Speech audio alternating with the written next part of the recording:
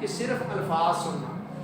صرف الفاظ، حالانکہ کمیونیکیشن سکلز کے ماہرین کہتے ہیں کہ کمیونیکیشن کے اندر، ابلاغ کے اندر الفاظ کا حصہ بہت کم ہے، اور اس سے کہیں زیادہ ہمارے فیس امپریشنز ہیں، ہماری باڈی لینگویج جو ہے بہت کچھ کہہ رہی ہوتی ہے، ایون ہمارا لہجہ بہت فرق ڈال دیتا ہے، ٹھیک ہے،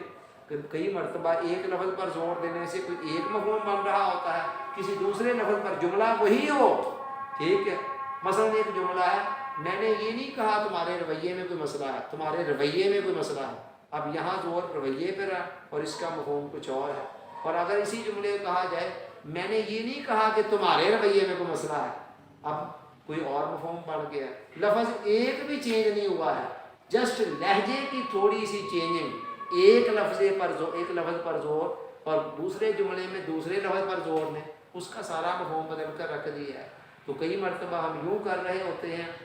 کہ بس صرف لفظوں کو سن رہے ہیں کہ اگلا لفظ کیا بول رہا ہے، نہ اس کی باڈی لینگویج کو دیکھ رہے ہیں، نہ اس کے فیس امپریشن کو دیکھ رہے ہیں، اور نہ ہی اس کے لہجے کو، رویے کو، بیہیویئر کو دیکھ رہے ہیں کہ جس طرح سے وہ الفاظ ادا کر رہا ہے کہ ان کا مفہوم کیا بن رہا ہے۔ اسی طرح پھر ایک اور غلطی ہے ذاتی نقطہ نظر سے سننا، ہمارا اپنا ایک پوائنٹ آف ویو ہوتا ہے، ایک پیراڈائم ہوتا ہے، اگلے کی بات کو بھی ہم اپنے پیراڈائم، یا دوسرے لفظوں میں ایک اینک بندے نے لگا رکھی ہو نا سرخ رنگ کی، تو ہر چیز اس کو سرخ نظر آ رہی ہے، اگر نیلے رنگ کی لگا لے گا تو ہر چیز نیلی نظر آئے گی، سبز رنگ کی لگا لے گا تو ہر چیز سبز نظر آئے گی۔ اسی طرح ہمارا اپنا جو ایک نالج ہوتا ہے، جو ہم نے پڑھا ہوتا ہے، جو ایکسپیرینس زندگی کے اندر ہوئے ہوتے ہیں، ان کی روشنی میں ہمارا ایک اپنا پیراڈائم، ایک زاویہ نگاہ بن چکا ہوتا ہے، اور اگلے کی ساری بات کو ہم اپنے زاویہ نگاہ کے تناظر میں ہی دیکھ رہے ہوتے ہیں، اور وہ کوئی بات وہ زمین کی کر رہا ہوتا ہے اور ہم اس کا مفہوم کو آسمان کا لے رہے ہوتے ہیں، وہ مشرق میں کھڑا ہوتا ہے، مغرب میں کھڑے ہو کر اس کی بات کا مفہوم اپنے طور پر سمجھنے کی کوشش کر رہے ہوتے ہیں۔ تو اس طرح کی یہ جو مسٹیکس ہیں نا، یہ ہماری دوسروں کے ساتھ تعلقات کو متاثر کرتی ہیں، بہت جگہوں پر مس انڈرسٹینڈنگ، مس کنسیپشن بھی پیدا کرتی ہیں کہ ہم دوسروں کی بات کو پورے طور پر سمجھ نہیں پاتے ہیں کہ اگلا کہنا کیا چاہتا ہے، اس کے دل میں کیا ہے، اس کی سوچ اوریجنلی ہے کیا ہے، وہ کس پیٹرن پر سوچ رہا ہے، کس زاویہ نگاہ سے سوچ رہا ہے، کس انداز سے معاملات کو دیکھ رہا ہے، وہ اگلے کا نقطہ نظر ہماری سمجھ میں نہیں آ پاتا، اور ہم کیا کرتے ہیں کہ اس کی ادھوری بات سن کر نا، یا اپنے مطلب کی بات سن کر ساتھ ہی ہم اس کے اوپر کوئی نتائج بھی اخذ کرنا شروع کر دیتے ہیں، بات ابھی مکمل نہیں ہوتی ہے اور ہم پہلے ہی سوچنا شروع کر دیتے ہیں اچھا یہ کس اینگل سے بول رہا ہے، یہ کیا کہنا چاہ رہا ہے، بات ابھی وہ پوری نہیں کرتا، اچھا میں سمجھ گیا ہوں، ساتھ ہی ہم نتائج بھی اخذ کرنا شروع کر دیتے ہیں، آپ یہ کہنا چاہتے ہیں، بات ابھی مکمل نہیں ہوتی اور ہم ساتھ نصیحت بھی کرنی شروع کر دیتے ہیں، ٹھیک ہے، اولادیں بے شمار مرتبہ ماں سے، باپ سے کوئی بات کرنے لگتے ہیں، باپ یا ماں بڑا ہونے کے ناطے وہ سمجھتے بس ٹھیک ہے ہمیں پتا ہے جو کچھ یہ کہنا چاہتا ہے، اور اس بچے بیچارے کی معصوم کی ساری باتیں جو وہ کہنے چاہ رہا ہوتا ہے وہ اس کے دل میں ہی رہ جاتی ہیں۔ یہ سارے کے سارے سننے کے جو انداز ہیں نا ناقص ہیں، جن کے اندر یہ مسٹیک جو میں نے چند ایک بتائی کہ جو پائی جا رہی ہیں، تو اس کے نتیجے میں دوسروں کے ساتھ ہمارے تعلقات بھی متاثر ہوتے ہیں، ہم ان کے زاویہ نگاہ کو سمجھ بھی نہیں پاتے ہیں، اور اس کے نتیجے میں ان کو کوئی صحیح مشورہ بھی نہیں دے پاتے ہیں، کسی صحیح حال تک نہیں پہنچ پاتے ہیں۔ جب ہم نے معاملے کی ڈیپتھ میں جا کر دیکھا ہی نہیں ہے تو پھر ہم وہاں سے کیا نتیجہ حاصل کریں گے، جو نتیجہ ہوگا وہ نتیجہ بھی غلط ہوگا، اور پھر وہاں پر کیا ہم نصیحت دیں گے، کیا مشورہ دیں گے، جو مشورہ دے رہے ہوں گے اس کے اندر بھی کسی نہ کسی جگہ پر خامی پائی جائے۔ اب سوال یہ ہے کہ یہ سارے طریقے غلط ہیں سننے کے، تو پھر سننے کا صحیح طریقہ کیا ہے؟ یہ کتاب بتاتی ہے کہ سننے کا صحیح طریقہ جو ہے نا اس کو اس کتاب میں حقیقی سماعت کا نام دیا گیا ہے، یا ایک دوسرا لفظ اس کے لیے استعمال کیا گیا ہے ہم نفس سماعت۔ ہم نفس سماعت یا حقیقی سماعت کا مطلب یہ ہے کہ دوسرے کو پہلے تو دوسرے کی سطح پر آ کر سننا، سمجھنے کی نیت سے سننا کہ دوسرا کہنا کیا چاہ رہا ہے، ہماری نیت سمجھنے کی ہو، محض اپنی بات منوانے کی یا سمجھانے کی، یا جسٹ ہم انتظار نہ کر رہے ہوں کہ بس یہ کب یہ بات ختم کرے۔ کئی مرتبہ ایسے ہوتا ہے ہم اگلے کی بات کو سنی انسنی کرتے ہوئے اس انتظار میں ہوتے ہیں کہ کب اس کی بات ختم ہو اور میں اپنی بات شروع کر سکوں۔ تو ہم لفظ سماعت کا یا حقیقی سماعت کا مطلب یہ ہے کہ دوسروں کو سمجھنے کی نیت سے سنا جائے، ان کے اندر جان کر دیکھا جائے، ان کے دماغ کے اندر اتر کر دیکھا جائے کہ یہ کہاں سے بول رہا ہے، یہ کہنا کیا چاہ رہا ہے، اس کا نقطہ نظر کیا ہے، اس کا زاویہ نگاہ کیا ہے۔ دیکھیں حضور علیہ السلام کے پاس جب آقا دو جہاں نے نبوت کا اعلان کیا تو پھر کیا ہوا، انہوں نے مکہ کے کافروں نے ایک شخص کو بھیجا، ٹھیک ہے، ان کو کہا کہ جا کر ان کے ساتھ مذاکرات کریں، میں پوچھیں کہ وہ چاہتے کیا ہیں۔ وہ آیا اور کہتا ہے یا رسول اللہ، اے محمد صلی اللہ علیہ وسلم، میں آپ سے کچھ باتیں کرنی چاہتا ہوں اور میں یہ چاہتا ہوں کہ آپ میری ساری بات پوری توجہ سے سن لیں اور اس کے بعد آپ کی کوئی سمجھ میں آئے اس میں سے تو لے لیں، نہ سمجھ میں آئے۔ آپ نے فرمایا ابو ولید تم بتاؤ کیا کہنا کیا چاہتے ہو۔ اس نے باتیں کرنی شروع کر دی، حضور علیہ السلام ساری بات کو سنتے چلے۔ جب وہ سب کچھ جو کہنا چاہتا تھا نا کہہ کر خاموش ہو گیا، فرمایا ابو ولید تم نے جو کہنا تھا کہہ دیا ہے؟ اس نے کہا جی یس میں نے کہہ دیا۔ تو آپ نے اس کے بعد سورہ فصلت کی چند آیتیں پڑھ کر اس کے سامنے تلاوت کر دی۔ تو پہلے اگلے کی پوری بات کو سنا اور اس کے بعد اس کو کوئی جواب دیا، کوئی نسخہ تجویز۔ اسی طرح ایک نوجوان آتا ہے، وہ آ کر کہتا ہے کہ یا رسول اللہ زنا کو اسلام کے اندر منع کیا گیا ہے، حرام کیا گیا ہے، میں زنا کرنا چاہتا ہوں، میرے اندر زنا کی خواہش ہے، مجھے اس کی اجازت دے دیجیے۔ حضور علیہ السلام نے اس کی بات سنی تحمل کے ساتھ۔ آج کل کا کوئی مولوی ہوتا تو کیا کہتا، عام طور پر وہ کہتا ہے یہ استغفر اللہ، اتنی بڑی بات کر رہے ہو، تمہیں جرت کیسے ہوئی یہ بات آ کر کہنے کی؟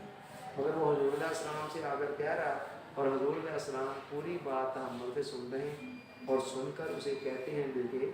کس سے یہ کام کرنا چاہتے ہو؟ اپنی بیٹی کے ساتھ؟ اس نے کہا استغفر اللہ یا رسول اللہ، کوئی سوچ بھی سکتا ہے بیٹی کے ساتھ؟ اپنی ماں کے ساتھ؟ اس نے پھر کہا استغفر اللہ۔ وہاں اپنی بہن کے ساتھ؟ اس نے کہا توبہ یا رسول اللہ، یہ کیسے سوچ سکتا ہے بہن کے ساتھ؟ اپنی خالہ کے ساتھ؟ اس نے کہا یا رسول اللہ استغفر اللہ، یہ بھی کیسے کوئی سوچ سکتا ہے؟ تو آپ نے فرمایا بیٹے جس کے ساتھ بھی تم یہ کام کرو گے وہ کسی نہ کسی کی ماں ہوگی، کسی کی بیٹی ہوگی، کسی کی بہن ہوگی یا کسی کی خالہ ہوگی۔ تو یہ تم جب اپنی کے ساتھ یہ گوارا نہیں کرتے تو کسی اور کی ماں بہن بیٹی کے ساتھ یہ کام کیوں کرنا چاہتے؟ اس کے بعد حضور علیہ السلام نے اس کے سر پر ہاتھ رکھا اور اللہ سے دعا کی کہ یا اللہ اس جوان کے اندر سے یہ خواہش نکال۔ وہ کہتا ہے ایسی نکلی کہ پلٹ کر ساری زندگی کبھی مجھے خیال بھی نہیں آیا۔ اور سوچنے اور سمجھنے والی بات یہ ہے کہ حضور علیہ السلام یہ سارا ڈائلاگ اس سے کرنے سے پہلے بھی تو یہ دعا کر سکتے تھے، دعا کرنی تھی نا اللہ سے کہ یا اللہ اس کے اندر سے یہ خواہش نکال دے، پہلے کیوں نہیں کر دی؟ پہلے ساری 1 بائی 1 کر کے اس کے کویشچن آنسر کر کے اس کے اندر جو کچھ تھا وہ سارا باہر نکالا، حکیمانہ انداز میں اس کو سمجھایا اور پھر آپ نے اللہ کی بارگاہ میں دعا کی۔ اسی طرح فتح مکہ کے موقع پر ابو سفیان کی بیوی ہندہ آتی ہے۔ لو جی اسلام کی اتنی دشمن تھی کہ حضور علیہ السلام کے چچا آپ جانتے ہیں نا حضرت امیر حمزہ رضی اللہ تعالیٰ عنہ، ان کو انہوں نے شہید کروا کر ان کا جگر اس نے چبایا تھا، یعنی اس کی تسکین نہیں ہو رہی تھی جس ان کی شہادت پر بھی، اتنی اسلام کی دشمنی کوٹ کوٹ کر بری ہوئی۔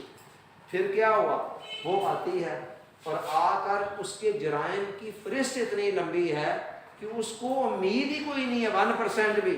کہ مجھے بھی معافی مل سکتی ہے۔ اس نے کہا مجھے قتل تو کر ہی دینا ہے، میں ایک دفعہ ذرا دل کی بڑاس نکال لوں۔ اس نے باتیں کرنی شروع کر دی، تلخ ترش، حضور علیہ السلام کے سامنے وہ کھڑی ہو کر بڑی بری بری باتیں کر رہی ہیں۔ حضور علیہ السلام خاموشی کے ساتھ سنتے چلے جا رہے ہیں۔ جب وہ ساری باتیں کر چکی، سب باتیں کر کر خاموش ہو گئی، یعنی خالی ہو گئی، تو آپ نے فرمایا ہندا جاؤ ہم تمہیں بھی معاف کرتے ہیں،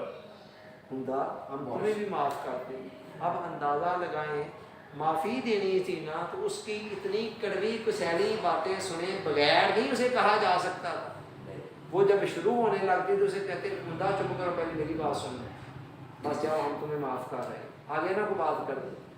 تو ٹھیک ہے، بات تو پھر بھی ہو جاتی، لیکن پھر اس کی زبان سے وہ جملہ نہ نکلا جو بعد میں نکلا۔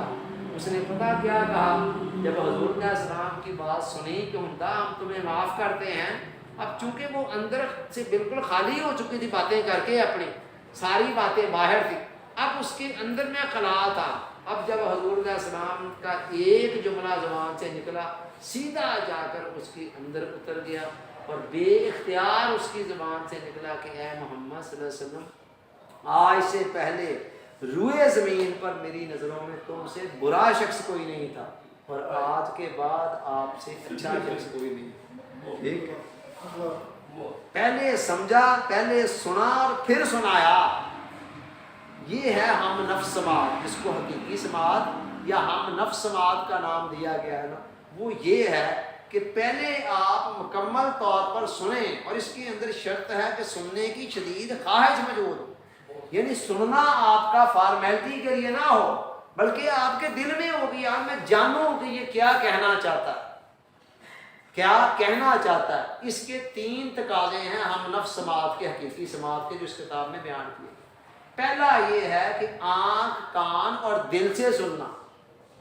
اب سننے کا تعلق ہم تو صرف کانوں سے سمجھتے ہیں نا، آنکھ، کان اور دل سے سننا، بہت کچھ آپ کو آنکھیں بتائیں گی اگلے کی بات، اگلے کی اندر کی کیفیات، اور دل سے غور و فکر کرتے ہوئے سننا کہ یہ کیا کہہ رہا ہے۔ کانوں سے تو سننا ہی ہے، ساتھ آنکھوں کو اور ساتھ دل کو شامل کرنا۔ اور نمبر 2 یہ ہے کہ اگلے کی قلبی دلی کیفیت پڑھنے کی کوشش کرنا، خالی اس کے لفظوں پہ نہ رہنا، خالی چہرے پہ نہ رہنا۔ بے شمار مرتبہ اندر کوئی خوف ہوتا ہے جو اثر بات نہیں کرنے دے رہا ہوتا، انسان اس کو مختلف انداز کے اندر کر رہا ہوتا ہے ہیری پھیری کے ذریعے سے، لیکن وہ اثر بات نہیں کر پا رہا ہوتا۔ کوئی ڈر ہوتا ہے، خوف ہوتا ہے، بچہ ہے باپ کے سامنے کھڑا ہے تو اصل بات نہیں کر پا رہا، اور وہ گھما پھرا کر ادھر ادھر سے کوئی اور کسی رنگ میں بات کر رہا ہے، جو اصل ہے اس کے دل میں وہ نہیں کر رہا کہ باپ کہیں جانتے نہ ناراض نہ ہو جائے۔ تو اگلے کی دلی کیفیت پڑھنے کی کوشش کرنا، یہ دوسرا۔ اور تیسرا تقاضا کیا ہے ہم نفس سماعت کا یا حقیقی سماعت کا، کہ اگلے کی طرح محسوس کرنا، اگلے کی طرح، اگلے کی جگہ پر آ کر سوچنا کہ اس کی جگہ پر میں ہوتا